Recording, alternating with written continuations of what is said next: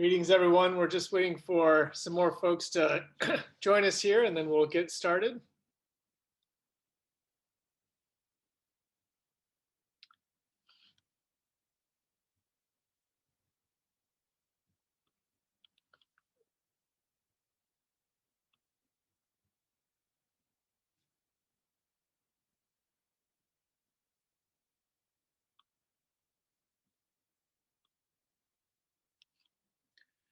While we wait for a few more people to join, I just wanted to mention a couple logistical things. First, wanted to remind you that this is being recorded. So just take a note of that. And then if you are looking for CPDU credit, we'll be sending out a follow-up email that'll have an evaluation form. And if you fill that out and send it back to us, it'll automatically send you your acknowledgement and certification of the credit. Also, everyone right now is muted upon entry. After the presenters finish, you'll be able to unmute yourself and ask questions. In the meantime, if you'd be willing to put your name and the organization or school that you're with into the chat, that would be really helpful for us to know who we have with us. And also, if you have any questions as we get started, or as in the first part of the seminar, please just put them in the chat, and we'll do our best to get to them after the presentation.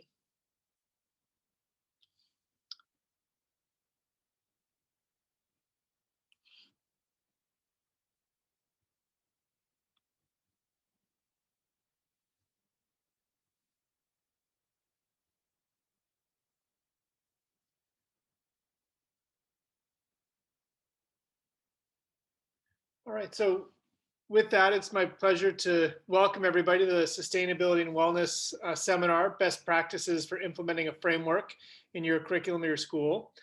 We have a wonderful co-host today in the Illinois Green Alliance. So I am happy to be able to introduce Liz Wimmer, who's a representative of the IGA, who's going to give us a couple words of welcome and tell us a little bit about the resources that they have. And then we'll hand it over to Meredith McNamara from the AGC team to kick off the presentation. So Liz, take it away. Thanks, Trevor. We're really excited to be partnering up with Academy for Global Citizenship today to highlight resources and best practices around sustainability and wellness for schools. Illinois Green Alliance is a membership-driven nonprofit organization, and we advance green buildings and sustainable communities for all. And schools are a really key component of the work that we do because they're hubs in our communities that can help demonstrate and inspire these sustainable practices for the broader community and, of course, for future generations as well. And through our programs, we match up our members who are green building and sustainability professionals to provide some guidance on to schools to help implement some sustainability projects. And I've had the pleasure of working with Glenda on our Illinois Green Schools project to do some really cool stuff. And then we also have our program, the Illinois Green Ribbon Schools and the US Department of Education's Green Ribbon Schools, where schools and districts can earn recognition for what they're doing. And back in 2012, AGC was recognized as a US Department of Education Green Ribbon School. So I know they have a really long track record of sustainable practices and wellness and environmental education in their curriculum. So I know you guys are all going to learn a ton today in terms of their knowledge and experiences that they'll be sharing. So I'm just really excited to be a partner on this event, and I'm going to hand it off to Meredith to go from there. But thank you guys again for having us. Thank you so much, Liz. And we are so excited to be partnering with you on this and on so many of our initiatives. As a charter school just starting out in Chicago, building partnerships like the one that we have with Illinois Green Schools and a lot of these organizations has been instrumental in building out the programs that we are able to do at AGC. So we are so thankful for you, for your network, and for your support in all of the things that we're doing. But it is my pleasure to kick us off tonight and to tell those of you that are new to the Academy for Global Citizenship community a little who we are and what we love to talk about, and to introduce our two staff members who will be presenting tonight. Eduardo, if you would advance our first slide, I would love to show you an image of our 47th Street building of the Academy for Global Citizenship. We are a charter school on the southwest side of Chicago, and we have been there since 2008. I'm one of our founding team, and we started in the basement of a church, kind of with just 2 grade levels, kinder and first, and about 6 teachers, all under the age of 30, who really had this vision and excitement for doing something different in education and wanting kids to be active members of that school community and also active members in changing the world. And those can be very lofty sentiments for people just starting out in the field of education. But I think that AGC over the past 13 years has proven that we're here to stay and that we are going to keep building and striving to make ourselves better and also to share what we've learned along the journey with other schools. AGC's mission on our next slide is really about empowering students to take action. And as an international baccalaureate school for both primary years and middle school years, we stretch K to 8, soon pre-K to 8. We really work to develop that sense of agency in our staff and in our students so that they feel empowered to take action to make a difference in their local communities and also to start thinking globally. You can see here our pillars that we have had since year one, thinking about how we can think about the child as a whole, not just focusing our efforts on academics, but really thinking about how can we support and develop that student in all aspects of self. And if we do that well, we will develop inquirers who are asking questions and driving their own learning. We will have students achieving academically. And ideally, we will have students building global awareness and being more aware and open-minded about the world around them and make an impact on our community. And a huge pillar of AGC is also our environmental stewardship. So we're trying to do many things, but so many of them are aligned. And over the years, we've developed tools to help kids see how all of these things connect and how we can impact the world. And a huge resource we're going to talk to you about tonight is our wellness wheel. And the visual on the slide will show that when we think about the whole child, we want to think about that child's interaction with their environment, with their peers socially. We want to think about their development physically, intellectually, and emotionally, and making sure we're looking to all that health. And we also are going to have them make sure they're practicing mindfulness, right? And they can kind of get in touch with their spiritual side in terms of their own ability to monitor what's going on in their brain and what decisions they need to make. And the tools that we're going to present to you tonight is a long path to coming to this. This is not something that we had in 2008 when we opened our doors. We have developed resources that we want to share with others because it took us a long time to figure out best practices, and it shouldn't take you as long. We should be able to jumpstart your efforts in your buildings in the areas of sustainability and of wellness. And we hope that tonight we can get you started on that journey or continue you further on steps you've already taken in your schools to make these practices a part of your community because they've had such a positive impact on ours. Eduardo, one more slide is just this idea of what we call the AGC way. Is not invented by AGC. Nothing you see here tonight is things that we have totally created from scratch. We have used existing resources from very smart and very passionate people, and we have modified them to fit our own needs.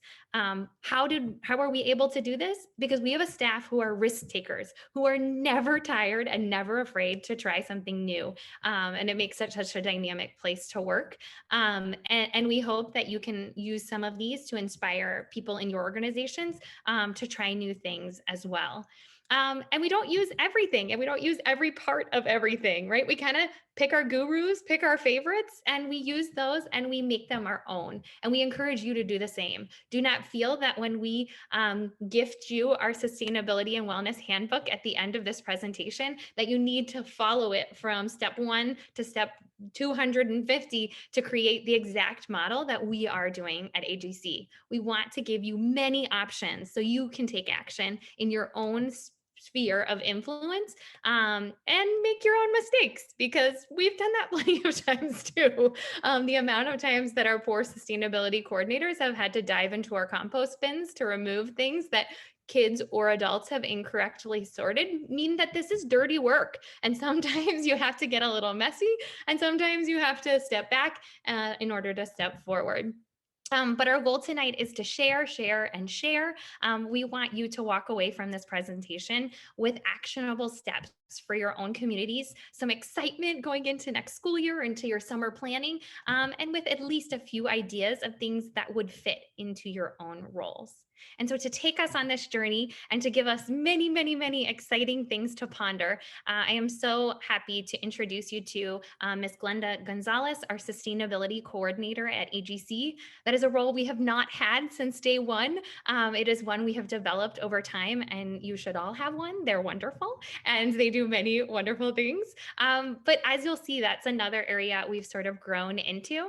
And then we also are going to hear a little bit later from Mr. Brian Soto, who is one of our 2 wellness teachers on campus, and a totally new spin on the PE and nutrition style of specialist education. And I hope that you will take as much from them as we have in terms of learning and thinking about how you can apply it to your own work. So Glenda, let's start with sustainability. Thank you, Meredith. What a great introduction to the school and to my role. And I also want to thank Liz and Trevor for putting this together and getting us all here to talk about something that I really love, which is sustainability.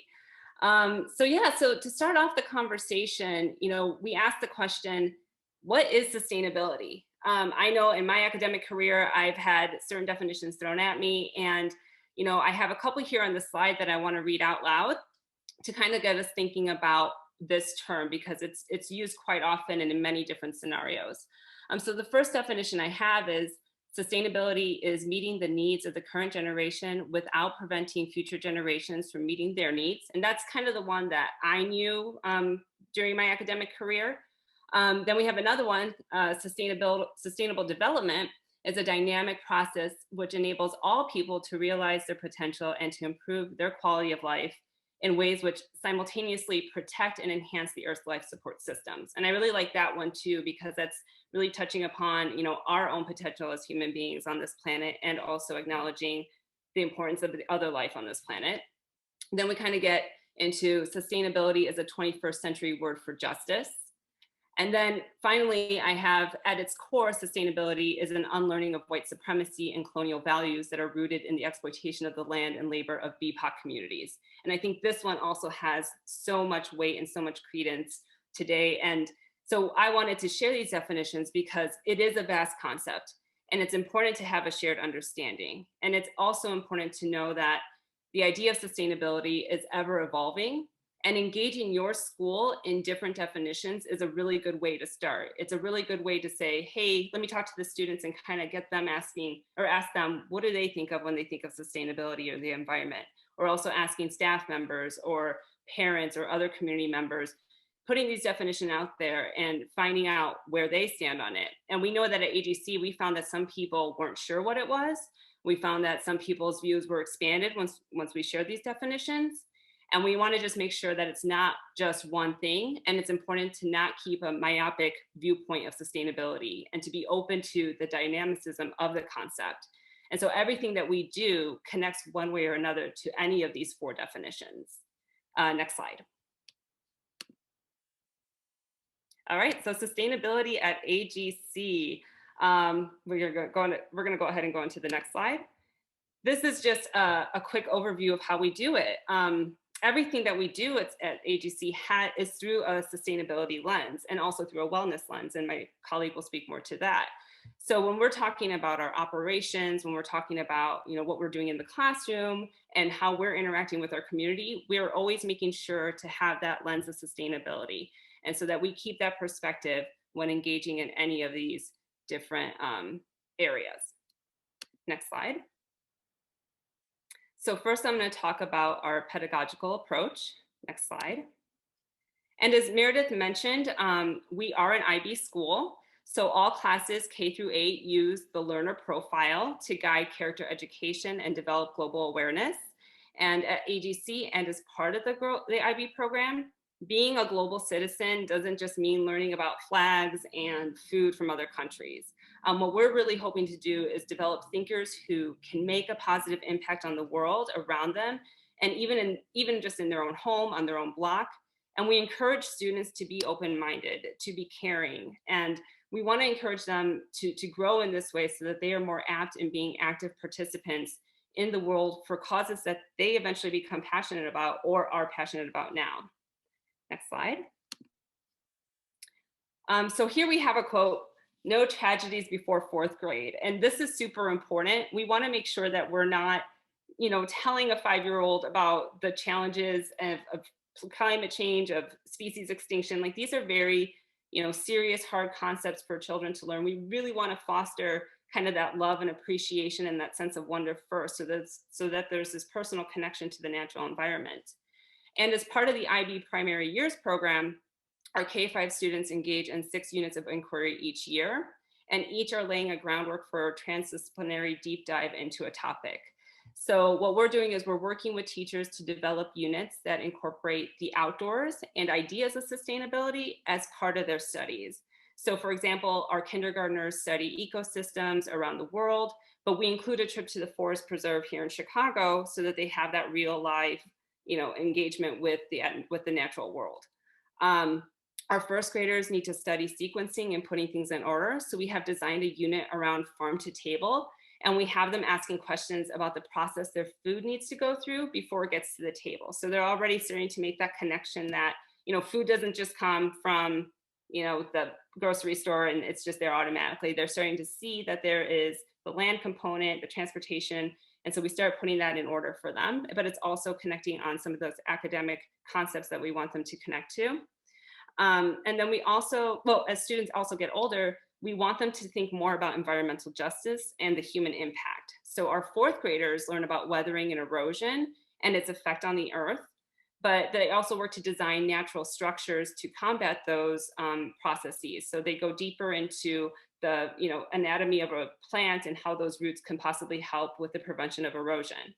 And then our 5th graders, they test air quality and water quality, and they go deeper into thinking about our responsibilities for protecting the Earth's biomes. And middle school science also builds units upon these themes. So each grade, we want to make sure that they're engaging in these concepts, but that it's also age appropriate.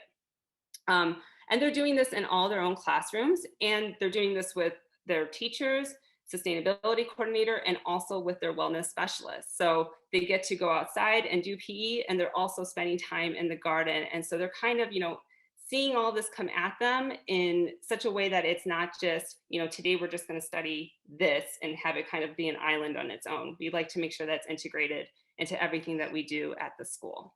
Next slide. So this is just a snapshot of our lesson planning that we do on a Google Sheet. Our Meredith and Maciel are 2 of our coordinators who work tirelessly to make this happen with our teachers.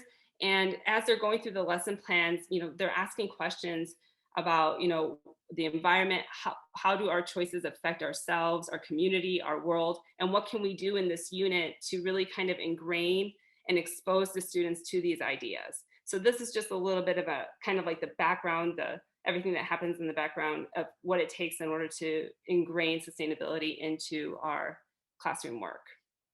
Next slide. And on the fun side, we have AGC's Green Team. So we want the students to be involved in sustainability and in these practices as much as possible. And we want them to also take ownership of it.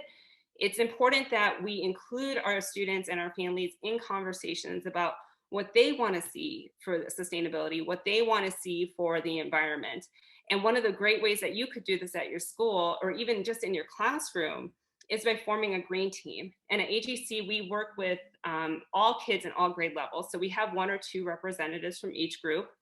And all throughout the year, they work together to bring awareness to certain global environmental issues for the school and for the community. And they also challenge their peers to be more green through various activities throughout the year. And they also work as, ambassadors to make sure that everyone's composting okay or correctly, and everyone's throwing everything away that needs to be thrown away or recycled. And they also kick off an entire week called Earth Week in April, where they are just running programs throughout the school, throughout both campuses, making sure that kids from other classes and their peers are having fun and learning about the earth. Next slide. So this is a slide with just some resources for classroom integration. We're going to be sharing this at the end of the presentation and also in the email follow-up. But these are a lot of the things that we refer to when creating our curriculum. And as Meredith said, we have used so many different resources from so many different places and to help us kind of craft what works for us at our school. So there's lots of opportunities for you to learn and to integrate sustainability into your classroom and into routines. So this was just a little bit of a snapshot as to some of the resources that we use. Okay, next slide.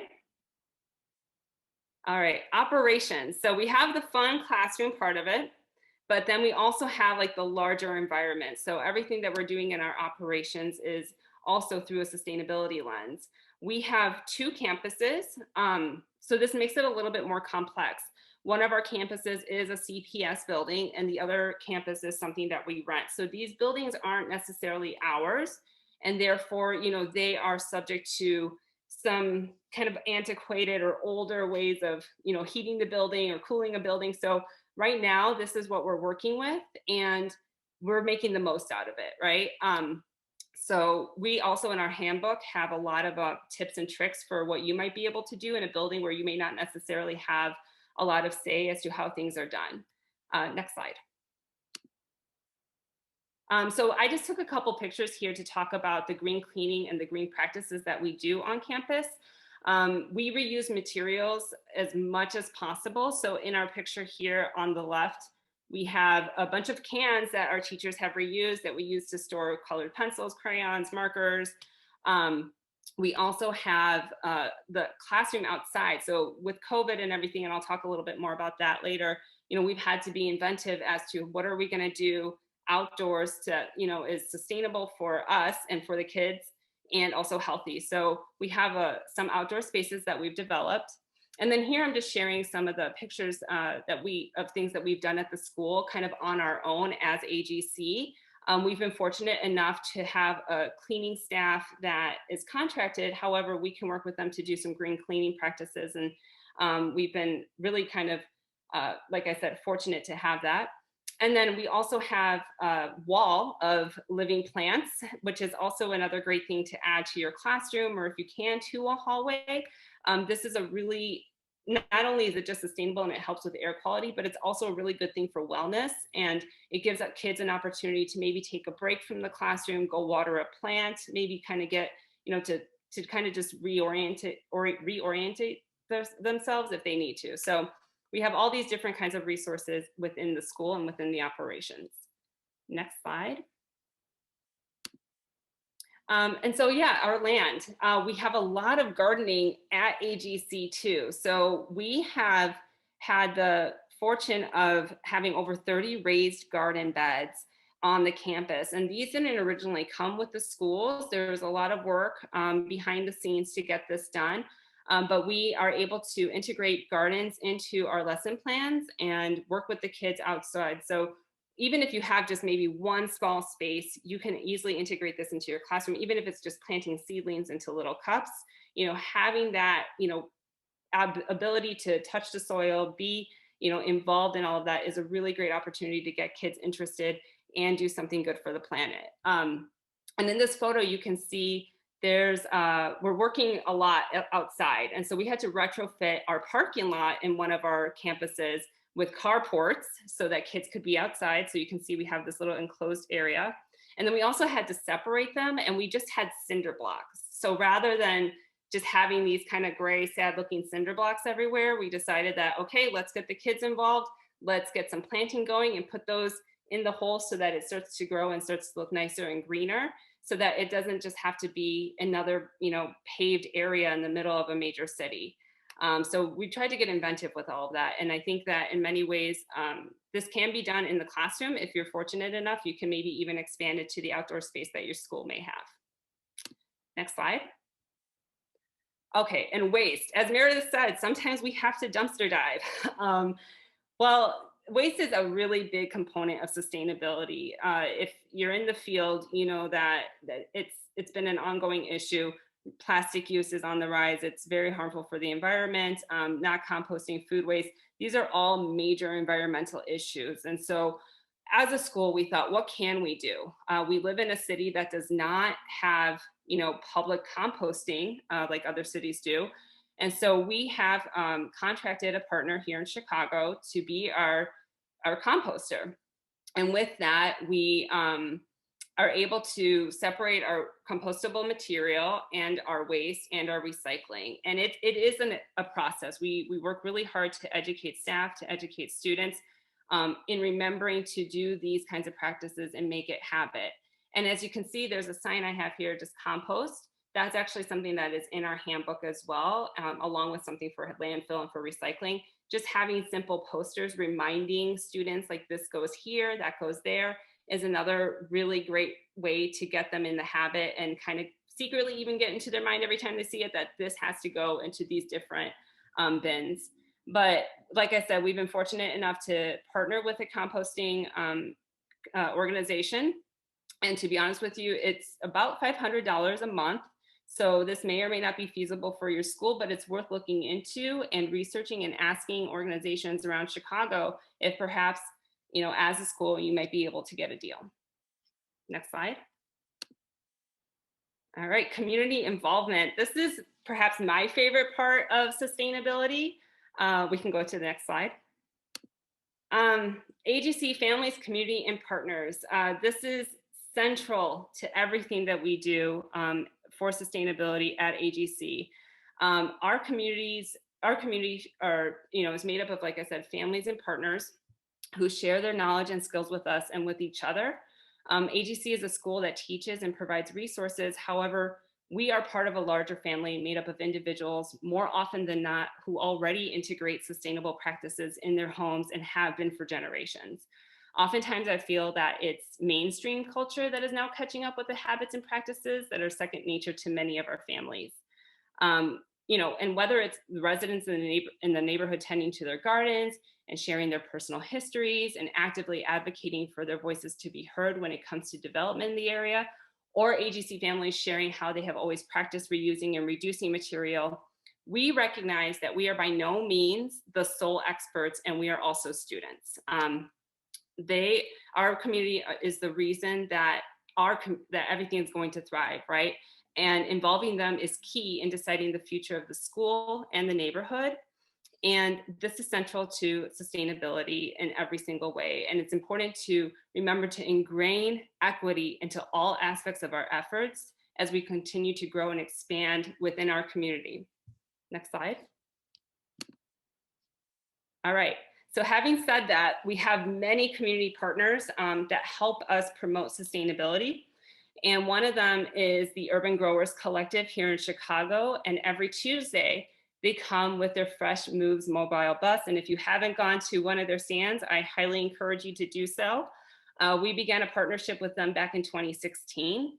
And like I said, they come here every week. They provide $10 vouchers for families and for community members to go onto their bus and purchase fresh fruit and vegetables that come from local farms here in Chicago.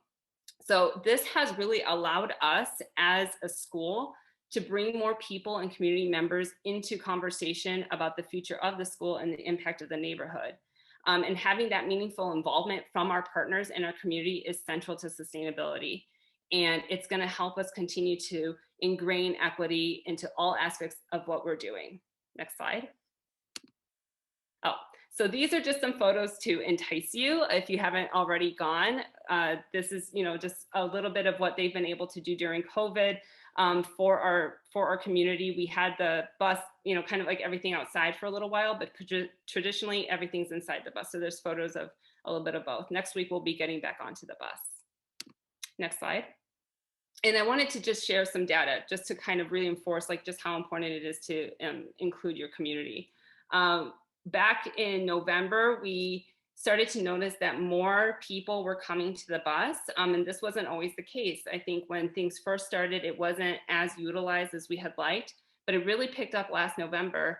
And we believe, and it's because of the local neighborhood residents that we've been working with, who don't necessarily have kids at the school, but they are instrumental in spreading the word about what we're doing, that the bus is there, and they're the ones who are bringing other members of the community to the bus or bringing stuff from the bus to the members of the community. So having that is absolutely wonderful in so many ways, to get them mobilized, to get them going. And we've noticed that 2/3 of the customers that go to the bus are neighborhood residents. Next slide. And then another partnership that I'd like to highlight is our Chai Fresh Kitchen partnership. As with the COVID, pandemic coming on last May, we were able to make a partnership with Chai Fresh and bringing hot meals to a lot of the people in the neighborhood. So with this partnership, we have been the hub for 100 hot meals to be distributed to, and this has really been also instrumental in creating that relationship with our community members and having, that credibility within the community as well. So they come every Tuesday to AGC, and we make sure that, we get the word out, that everything, is nice and easy for them to access. And also you'll see that they do use plastic, but like I said, a lot of people don't just throw away plastic. Oftentimes we reuse these materials within the home. So we make sure that, this is accessible for our communities. We also have to deal with COVID and having to separate everything, but they can reuse and repurpose the containers that we give the food in. All right, next slide. All right, and with that, I am going to hand it off to my colleague, Mr. Brian Soto. Hello, everybody. I want to say I would just want to give a quick welcome to everybody for making time to be here with us today. I'm very excited to be presenting a little bit about the wellness practices that we implement here at the Academy for Global Citizenship. So I want to say thank you to Ms. Glenda, because she is doing awesome work at AGC, and I think she did a wonderful job presenting for us. But let's learn a little bit about wellness. So, as you know, I am the health and wellness teacher for 3rd through 8th grade. And before we really get into the weeds of things, I want to try something with us together. So if I can have all of you do something very quickly just to participate as a group, and that is to think about how your day is going today. I want to honor the fact that we are all in different places. We have friends from Australia that are working on breakfast. We have friends from California that are just, in their own routine, in their own world. And so if I could ask everybody to use the chat feature and to let us know on a scale of 1 through 5, 1 being I'm not feeling it today, and 5 being so far so good, this day's going fantastic. If I can have just everybody type into the chat, how are you feeling today? Just on a scale of 1 through 5. No explanation, no reasoning, just 1 through 5. Beautiful. Beautiful. I love seeing the high numbers. I love it. Okay, well, one thing that I want to do now is, keeping that in mind, I want to take us into what we call a brain break. And that's something that is exactly as it sounds, is an opportunity to give our brain a little break from what we've been doing, from the routines of our day. And so for the next few minutes, I want us to pick an activity and kind of engage in it. So if we can go to the next slide, we have 6 options for a brain break. And I want to invite all of you to take an opportunity right now to read through these options and to really think about your day and where you are. Pick an option that you feel would be the best use of your time, because for the next 5 minutes, I really want you guys to do something just for yourself. Oftentimes we talk about how it's a bad thing to be selfish, but sometimes we need at least 5 minutes to do so. So I invite all of you, you don't have to tell me in the chat what your option is going to be. Just pick one out of the 6. Numbers 1 through 3 and numbers 5 and 6 are independent. And I invite you all to, if you want to join in a group activity, to join us for activity number 4, where we will be participating in a 3-minute guided breathing meditation with the rest of the group. So once you've selected your brain break activity for the next 5 minutes, feel free to mute this call. And in about 30 seconds, Mr. Nervais, who is our lovely tech person at AGC, will begin sharing his screen and will begin sharing the 3-minute guided breathing meditation in which we can all participate in. Bonus points, if you have a friend next to your space and you want to get them involved in the 3-minute guided breathing meditation, you are more than welcome to.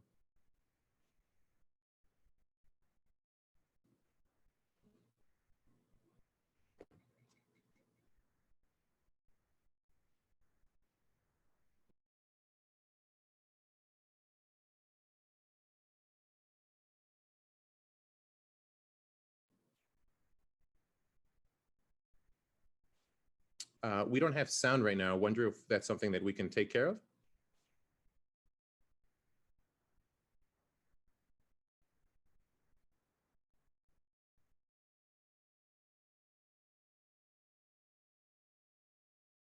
And let your muscles relax.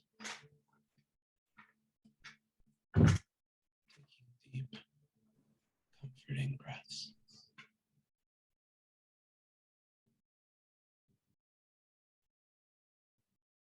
For these few moments,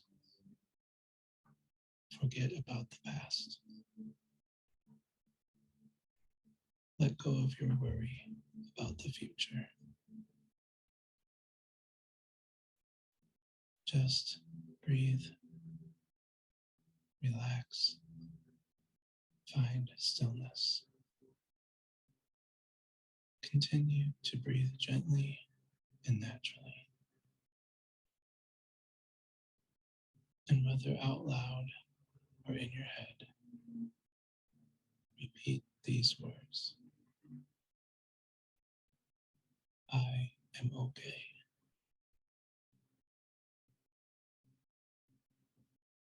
I am calm.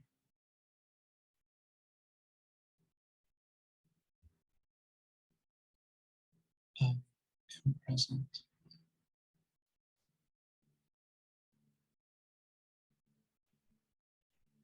I am still.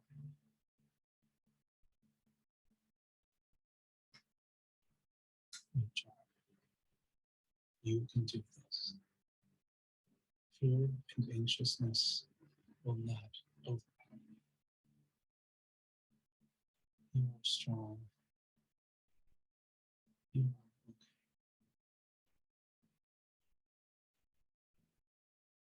And finally, you count from 5 to 1 and continue bringing yourself here into this present moment. And then you will return to where you were before, ready and able to continue peace and stillness in your heart. You are okay. You can do this. Count 5, 4, 3, 2,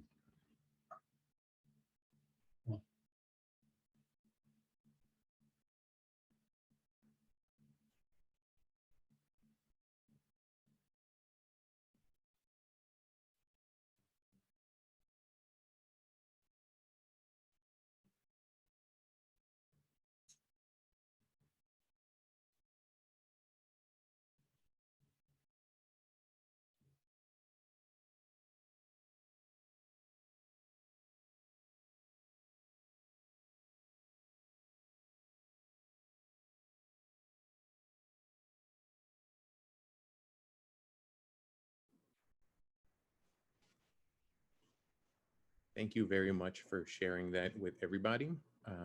It seemed like there were some issues with the sound. However, one thing that we will be doing at the end of the presentation is sharing the direct link to that activity, which is an activity that is very beneficial for helping to ground ourselves. It's an activity that I've participated in many times before. And I can openly recognize that it helped me out tremendously during these past 3 minutes. Sometimes presenting to a large group, especially of professionals such as yourselves, can be very nerve-wracking. And I feel more at peace. So I hope that that's something that all of you can relate to. We're gonna wait 1 more minute while we wait for our friends to come back. And then we will talk a little bit more about why we did this and why we do this and why you all should implement this into your classrooms and spaces.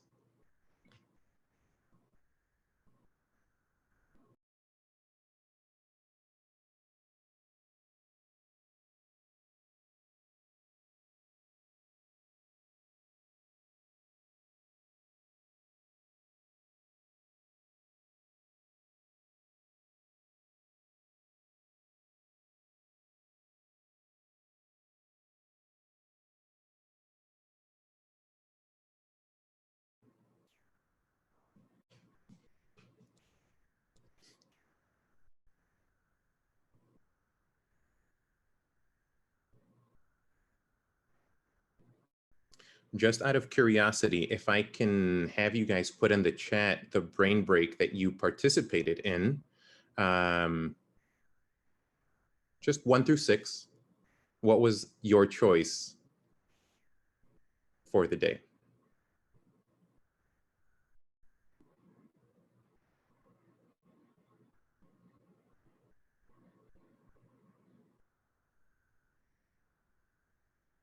Good.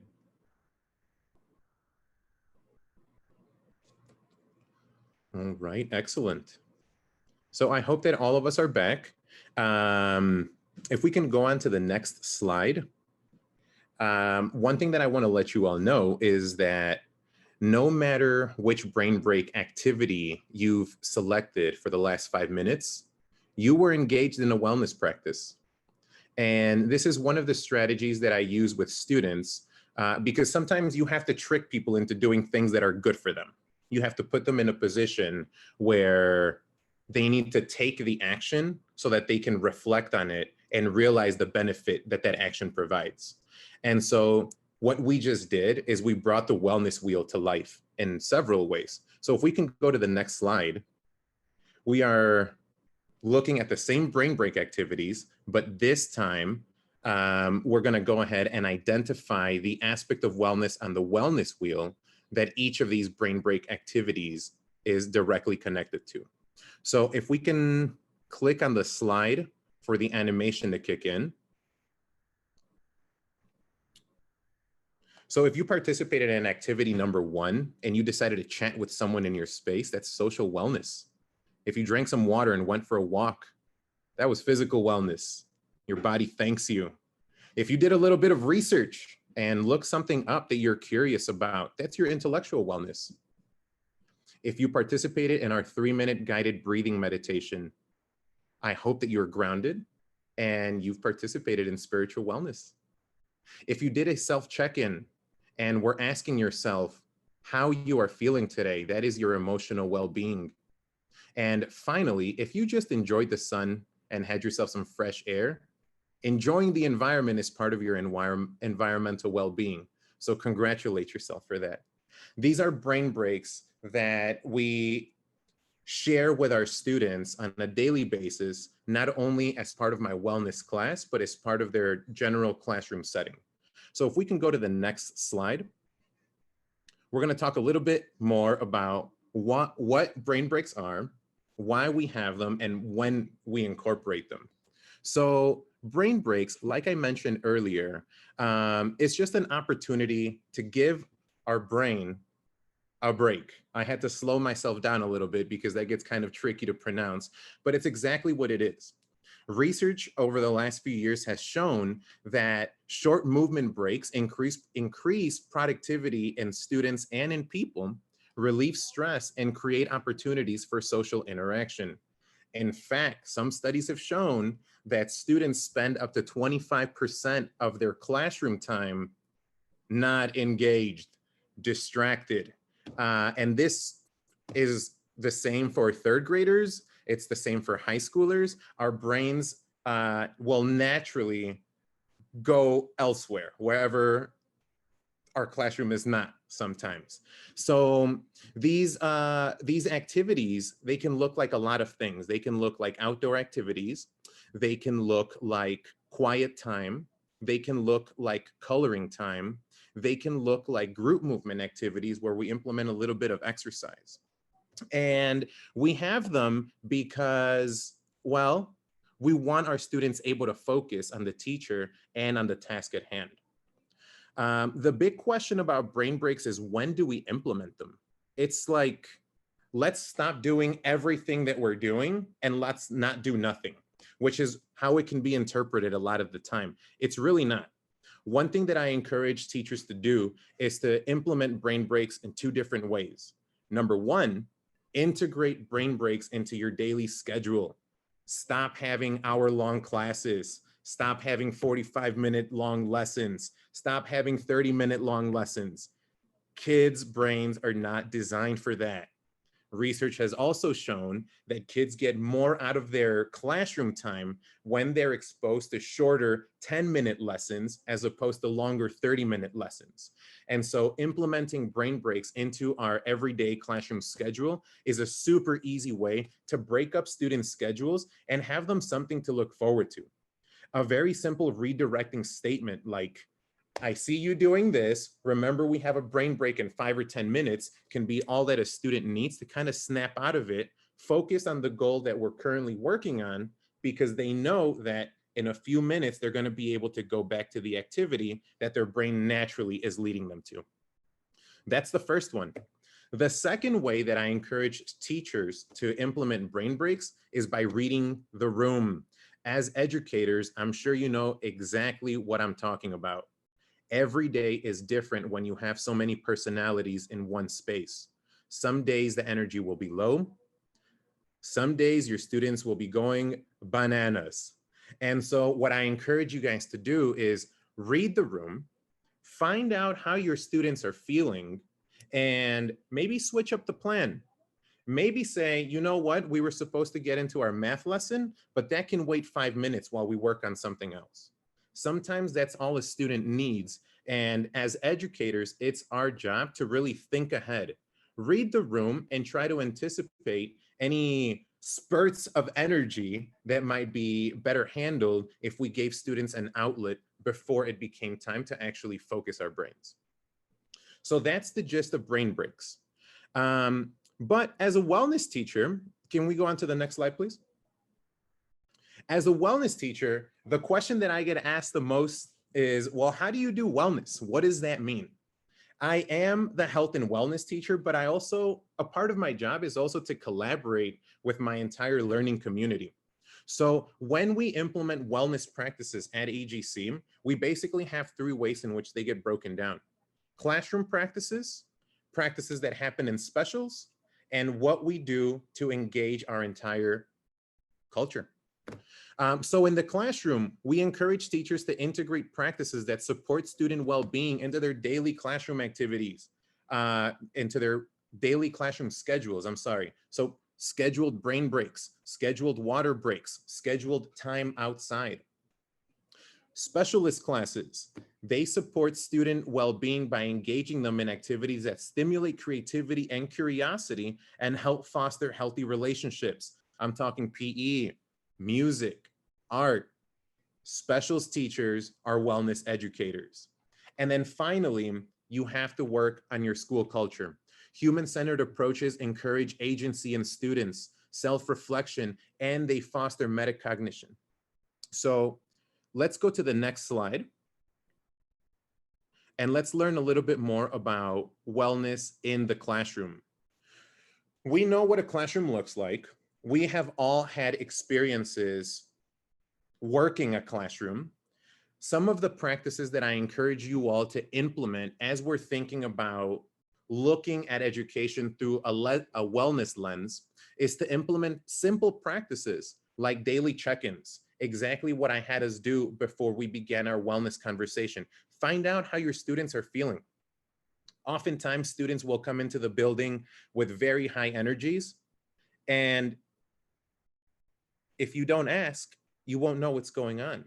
You won't know what happened at home the night before. You don't know if there was a negative interaction on the way to school. You won't know any of these things. And so you won't be able to plan or anticipate what might happen later on in the day. So one of the best practices that we can implement is to implement daily check-ins. Find out how people are doing. They're not just students. They're little people with the same complex emotions that all of us have. Quiet time, super important. It's almost like a brain break because you go on default. You choose an activity that allows the thinking to stop a little bit so that you can hit that reset button and go back to what you were doing. Quiet time can look like independent reading. It can look like coloring. It can look like organizing your space or watering your plants. Customize quiet time depending on the students that you have. Another practice is flexible seating. Not everybody likes to sit in a chair for hours at a time. If our students want to lay on the floor, it's not the cleanest thing for them to do. Let them know that their parents might not appreciate the dust that their clothes pick up, but give them the choice. If that is how they're letting you know that that's how they learn better, let's try it out. At least give it an opportunity. Let them have that agency and that choice and that freedom to own their classroom time and to take ownership of their own learning. Whenever there's conflict in the classroom, which there will be, peace circles. Don't go straight into the punitive side. Find out what's going on. Find out everybody's perspective. Make it in a respectful setting so that people aren't talking over each other. Every now and then, go check out the plants. Do a little bit of gardening. Give students choice boards. Allow them to choose what they want to do. One of the practices that I bring into the classroom is cooking. I really enjoy bringing food into the classroom because food is something that's very rewarding to students. They love snacks, they love eating. We love snacks, we love eating. And it's a great way to involve them in math, involve them in thinking about sustainable practices, involve them in thinking about the food planning that goes on at home. These are skills that can be learned in the classroom regardless of what the class is at the time. Can we go on to the next slide, please? As a specials class, wellness is holistic. We take the whole student in mind. It is personalized. Not every class gets the same lesson every day because we're all in different spaces. And it's dynamic. It is always changing. As a specialist, I'm working every day with students from 3rd through 8th grade.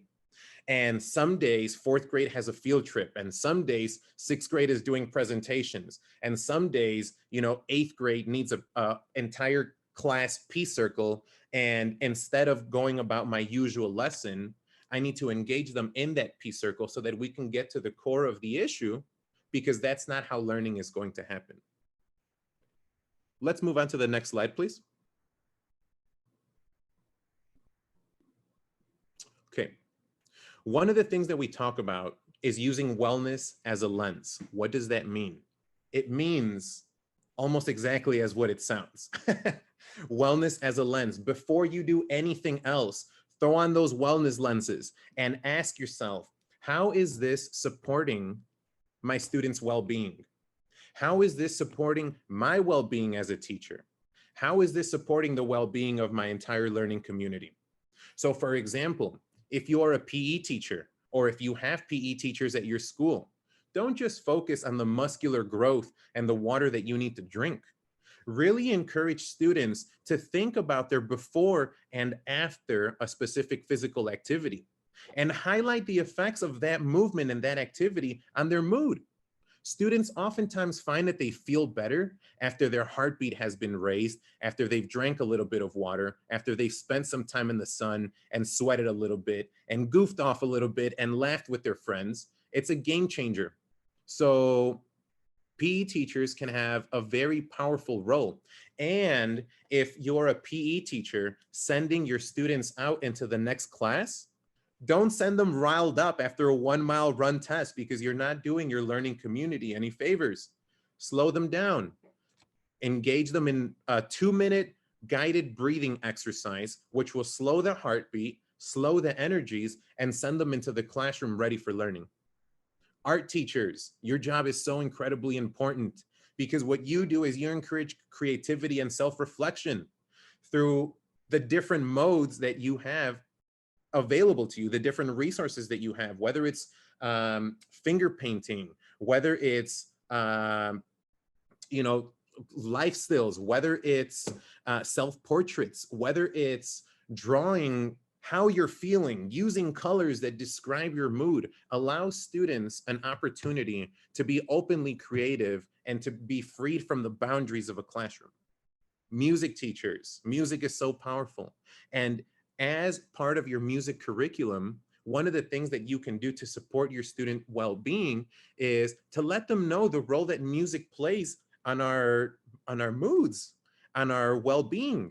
The kind of music that you listen to can help reduce anxiety and stress, or it can make us angrier, and it can bring up negative emotions that might not serve us in our everyday lives.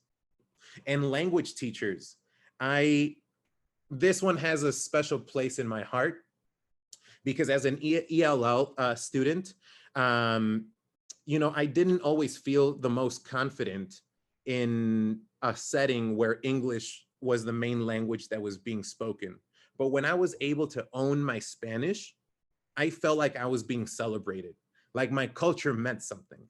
And sometimes that's what students need. Sometimes students need to know that just because you can't speak English, and just because you have an accent, and just because your parents have an accent, that does not mean that your well-being is important. And it does not mean that you can't be celebrated and you can't be capable of academic success. So wellness as a lens, very important. Can we go on to the next slide? AGC culture. How do we encourage wellness through our culture? We do it in several ways. Number one, we have something that's called a stoplight food policy. Stoplight, like the stoplights that we see out in traffic. We have foods that fall into the red light category. Those are foods that are never allowed in our cafeteria and that are never allowed in our building. We encourage teachers to model that policy by also respecting that stoplight. We discourage teachers from coming in with cans of Red Bull or soda bottles, because that's not what we're teaching to our students. Those are not the best practices that we want our students to follow. In our school, we have a democratic process, and that means that voices are heard. People are given an opportunity to communicate when they agree with something, when they disagree with something, and things go up to a vote. Things are not just done top down, because like I said, you have to get a feel for how people are feeling. And if that's what we want to teach our students, then that's how we have to operate as adults. We have to work democratically with each other. We include restorative justice practices. That means that we stay away from the punitive practices, which are, kind of standardized in a lot of schools. I remember growing up, if I did something wrong in my classroom, there was a consequence immediately. What we do at AGC is we try to get to the core of the issue. We want to find out everybody's perspectives. We want to find out what was the event that led to this happening. What is something that we could have done differently? What are the different choices that we had in front of us that we could have taken that might have led us to a more positive outcome? We have wellness check-ins at the beginning of staff meetings. We don't only have them at the beginning of our days with our students. Whenever staff meet together, the first thing that we do is we share out loud how we're feeling. I'm not always feeling like a 5. Some days I'm feeling like a 2. And what that communicates to my colleagues is that I might need a little bit more grace extended towards me because of something that's going on that I'm not ready to share out loud. And what that does is it brings a very humane aspect to our workplace. Without that, without looking at people as people, we begin to operate kind of automatically and default. And that's not how we support human well-being. One of the wonderful things that we do is, like I said, we take a holistic approach to wellness with human dignity at the forefront, but operations-wise, we always look at the environmental impact of our decisions whenever making any major decisions.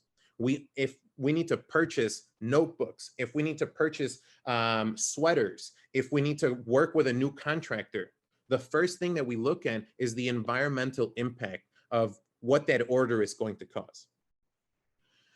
And finally, we support local businesses and we establish partnerships with organizations with like-minded philosophies. We don't always go for the most affordable or the most convenient. In fact, sometimes we have several hoops that we need to jump through, but we know that at the end of the day, when everything gets weighted down, we make the best choice possible locally, but also with a global lens. We're thinking about everybody in the world, not just the people on the southwest side of Chicago or in the United States. Can we go to the next slide?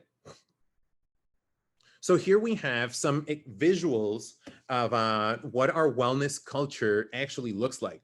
So this is an example of our AGC food stoplight. As you can tell, the green foods are foods that you can have whenever you want. You can bring them into school. They are acceptable snacks for field trips, for after school. And those are the foods that we implement in our cafeteria and food program. Foods that fall under the yellow category, well, we want students to know that while it's okay to eat those foods, we need to be cautious and we need to be practicing moderation because they're not always the best. And the foods that fall under the red are foods that are just not allowed, not encouraged at our school. It's not what we want to do because that's not the culture that we want students to go back home and share with their families. If you look on the top left-hand corner, that is a sign from a booklet that we offer our custodians. One of the things that we realize at AGC is that we need to involve our custodians because they are so important to the operations of the school. We can have all of the tools to allow students to be able to compost and to recycle and to, throw trash into where it's going to end up in the landfill. But if our custodians are not getting with the program, then all of that effort is going to go to waste. And so what we do is we take the time to get to know our custodians and know them by name. They're not just a janitor. They're also human people. And when you can make that extra effort to just communicate with them and to see them as humans, oftentimes they're willing to go that extra mile for your school and for your classroom. They know that recycling is important. They know that composting is important. And when they see things that are not being done the best way, they'll come out and they'll tell you, and that feedback is extremely valuable. The picture that we see on the bottom left-hand corner, this is one of my favorite pictures. In a school where a punitive model was, implemented, these students who 30 minutes before that picture was taken were making some not very good choices. They could have gotten sent to the office. They could have gotten sent to the hallway. We could have had, a thousand different ways of going about it. Instead, I had a little bit of time, went out to them, and I said, hey, I don't know what's going on. Let's go outside. There's a little bit of work that needs to get done. Let's put that energy to good use. We've got some gardening. We got plenty of soil. And then let's talk about what happened. So what we were doing out there was not talking about what happened, but literally doing something positive for our community. And once we all got mentally grounded after all that physical exertion and being out in the sun, then we were all ready to have an honest conversation about what happened and to come up with real solutions so that this doesn't repeat itself in the future. So I really enjoy that picture. I hope that we can replicate that at every single school that you guys are at. If we go to the next slide, one of the things that we mentioned at the beginning was that we didn't create any of this. Well, we created parts of it, but not everything is an original AGC production. Throughout the years, we've cherry picked and we've done trial and error, and we've compiled some online resources that we encourage all of our teachers to implement in their classrooms, and we want to share them with you all. These resources are free to educators. You might have to register, and if they might have some professional offerings, which if you have money in your budget, it's something that you can do by talking to your administrators. But all of these are free options that I really encourage you guys to look through because they offer some great information that can help guide the way that your school culture moves into the future. Let's go on to the next slide. Okay, so everything is roses and rainbows, but not in practice, not always. So we also have our fair share of challenges. Sometimes we don't have people in the community that want to buy into what we want to do. Sometimes there's a lack of funding. Is there administrative support? We are very lucky at our school to have the support of our administration that allows us to try these like wacky initiatives because there's trust within the staff. There's trust that this teacher believes that this is going to be the best use of their students' time, and it's going to be the biggest bang for their buck in terms of the well-being of their classroom. And so we say, okay, let's try it out. Share back out when we have a cluster meeting. Let's find out what happened. And let's find out if that's something that we want to implement school-wide, if this is something that needs to stay with fourth grade, if this is something that middle school benefits from. Another challenge can be rotating staff. This is true of teachers, but it's also true of custodians. And by far, the biggest challenge, pop culture. Sometimes it feels like as educators, we're going against the grain because what's being put out on Instagram and on Facebook is not always filled with positivity. It's actually filled with a lot of self-judging and judging of others.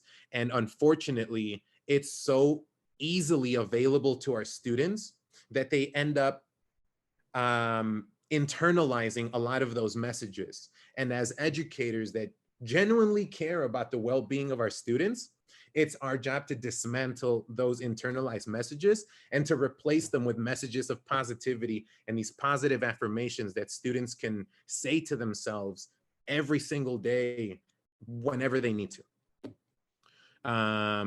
So let's move on to the next slide. And at this point, we would like to open it up to all participants. If you have any questions regarding sustainability, operations, or wellness at AGC.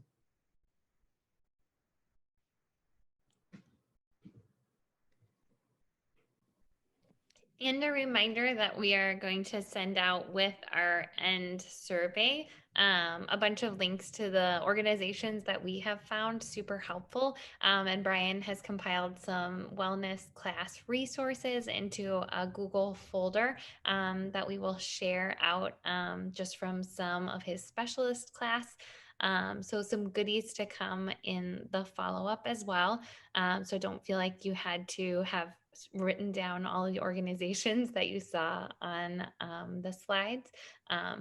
Many of them will be included in the resource sheet that we will include with our follow-up email.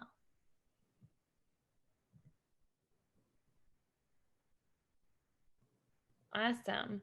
Well, if we don't have any questions, and you can continue to put any questions that you have into the chat as you have them, we can move on to our last piece of our work together tonight. And that is always reflection. We want to take time after we've learned some new things, or you might have reaffirmed things you already felt passionate about, and now you just found your people who will talk about these things with you and get excited about them with you. It's great to have a community of like-minded people to bounce ideas off of. And we would love for people to reflect on sustainability and wellness integration in your own school or organization, and some things that might have been on your to-do list for a long time, and or things that you want to kind of continue. And we're going to have people do some reflecting on that. And I see there's one other question there on integration with classroom learning. I know that Liz Middendorf is on the call, and I hate to just totally cold call on her, but I wonder if she might speak very briefly on how sustainability and wellness is integrated into a unit of inquiry or some classroom practice, because you are a master. Did you say I get to talk about gardening? So I really have enjoyed being able to find the connections. I think in general, that's the overall theme for me at AGC is how can we find ways to make connections for kids? And that's something then in the other schools that I've worked in, it's been very traditional and very compartmentalized. You teach math at this time, you teach reading at this time, you teach literacy at this time. You might have time for science, you might have time for social studies, but it was very compartmentalized. And so being able to take something as simple as we had a unit on multiplication and arrays, and we went out into the garden and planting our garden. We had kids measure the garden boxes and diagram their own box and what they would want to plant in each square. And so we started square foot gardening out in a couple of the beds. And so it was really exciting. Well, for one, it was shocking to see these kids had not had rulers in their hands for it seemed like 5 years or something, but I'm sure it's only been a year. And they completely forgot how to measure. And so just talk like the little things that you found were holes you might think in learning or gaps in learning were things that are just everyday skills that kids need, and they are seeing a practical application to it. And so we measured and then another thing was when we went to plant the seeds, we did a lesson on reading the seed packet so we know what do the seeds require. And I was amazed at the amount of vocabulary when kids were needing to use the words that were there. It wasn't just a task or a skill or a worksheet. It was they needed to use this for something. They were like, well, what does that mean? And what does that mean? And way more questions about vocabulary than I would get in a typical traditional lesson. And so it was just really exciting to see that and to see those things merging together. And we're still striving to find more ways to make those connections with kids and to focus on that in as many pockets of sustainability, wellness, gardening, any way we can find it. We're looking for those connections. And often it comes from our own passions, the things that as staff we're passionate about, we help kids make those connections. And we have such a diverse staff that has so many different interests and specialties and passions that we're able to help kids make a lot of great connections. So I hope that answered the question. Thank you, Liz. And to me, as a coordinator who gets to look at our program, K through 5, K through 8, and look for commonalities, the big message that I want to reiterate to any school that wants to look at small ways of integrating sustainability or wellness into your normal classroom practice is that you do not need an extra time block for this kind of work. there are so many natural ways that these conversations will fit into what you're already teaching with kids. And the snapshot Glenda showed earlier, when we create our unit plan, we look to see what's the big idea we're going to hit in this unit. It's weathering and erosion. We've got to teach those next generation science standards. Now let's look for transdisciplinary connections across all of our subjects. How can we think of that idea of change over time in math, right? In literacy, we're going to read a story where a character changes over time. We're going to look at this idea of how we have been changing as people over time, right? In our morning meetings, and sort of look at our own traits and celebrate them. And so it doesn't mean that, like, just because you're excited to teach sustainability or wellness, that it has to be an extra. There are places that wellness for sure can be integrated throughout every single day, and that sustainability finds very natural avenues, like Liz highlighted, into what you're already teaching. And so that's what we always encourage people to do. Look for a place in your units of the year where there's these natural fits, and start to place those in. Where is there a good growing or gardening connection?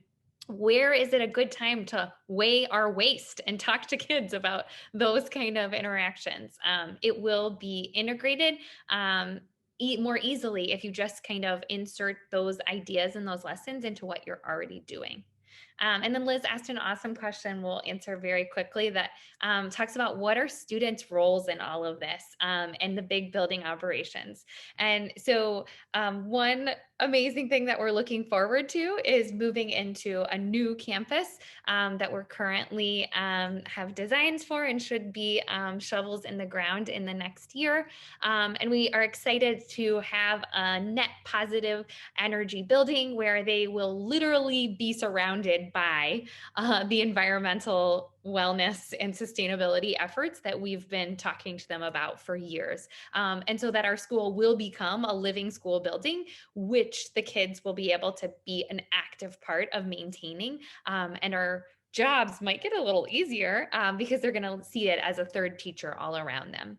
But in the meantime, in the buildings that we are in, our students have taken on roles as air quality monitors as part of the EPA's air quality flag program, checking the air quality and putting the flag up for the day to tell people in the neighborhood what the air quality is for that day. Definitely in classroom jobs.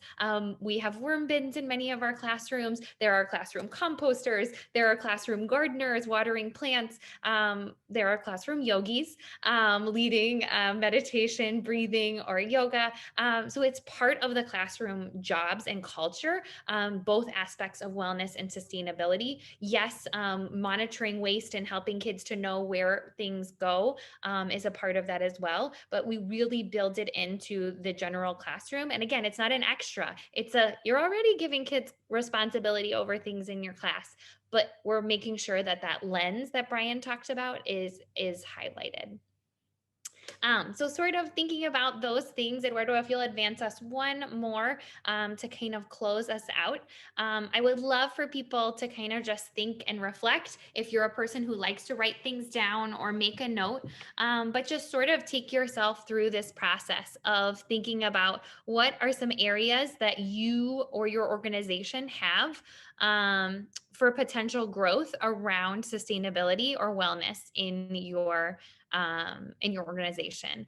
And again, when we think about what are areas of growth, we want to think of both the assets that you already have, or the leverage that you already have to make a change, and utilize those in which to kind of brainstorm a few ideas that you might be able to take back to your organization. So thinking for just a moment about what some areas for growth your institution has, and maybe jotting down a few ideas from what you've heard tonight, and knowing that you're going to get a copy of our Sustainability and Wellness Handbook, which has a ton of actionable tips in it as well for making very small changes that will make a big impact on your organization. And that would be another great resource for you to just look for some places to start. So just, we'll give you a moment to sort of think, reflect, and jot down for yourself, or just kind of make a mental commitment to an idea you might have about adding something to your organization for this next school year.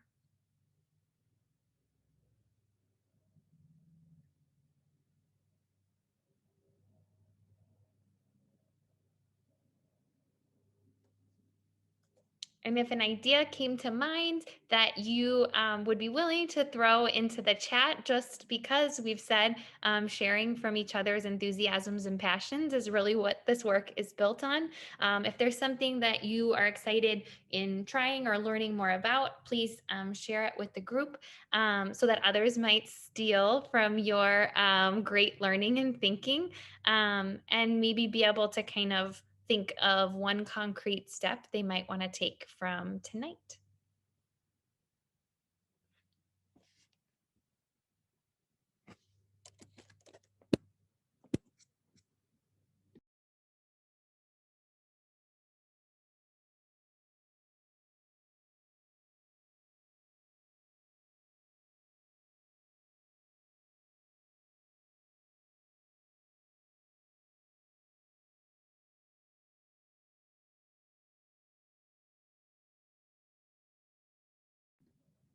Awesome. And Eduardo, you can advance us all the way to the next slide after that. And so just a quick recap of what to expect after this evening. Hopefully you have taken away some initial ideas, but we have some follow-up information for you. We'll send you some resources to look through and to take back to your organizations. And from Brian, some curriculum guidance, some tips and tricks from his toolkit as a wellness teacher. You will get a feedback survey, which helps us to offer credit for tonight's session. And you'll also get a recording of the session in case there is something you might want to share with others in your organization. And then finally, you will receive a copy, a PDF of our school sustainability handbook. And it includes a lot of actionable items around potential impacts you can have on transportation, on energy, on water, land, waste, and just some great actionable tips that start small and then grow to bigger that you might be able to take back to your own organizations and plan to make a change, whether small or big, as you continue to build and grow in your wellness and sustainability journeys.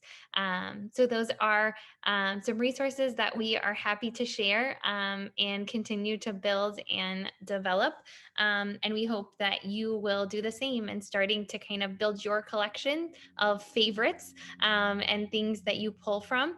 And definitely thinking back to some of the frameworks we've presented tonight, this idea of the wellness wheel or a visual like it that would help both your staff, your families, and your students to have this resource to look back on and think through what is this activity helping me with today? Am I exercising my brain and doing intellectual wellness? Have we just kind of connected, had a moment to connect socially and reset by physical exercise before we come in to a quiet time where we're going to do some breathing or some meditation, helping kids to identify what they're doing and when. And the same thing in sustainability, just having visuals that kids can connect to and knowing that environmental wellness is a huge part of our wellness wheel and they're all connected. And so you don't need to have 80 million terms that kids need to know. It can all relate back to a more simple visual that shows kids kind of the connectivity of all these big ideas.